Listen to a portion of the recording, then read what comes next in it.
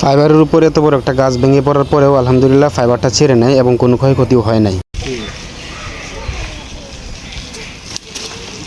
এই গাছটা ভেঙে পড়ার কারণে যদি ফাইবারগুলো ছেড়ে যেত তাহলে আমাদের প্রায় 200 থেকে 250 ইউজারের মতো বন্ধ থাকতো। তখন বাড়ি সাইডে দিছি দেখো, টান দেও না ছুটবো, টান দেও।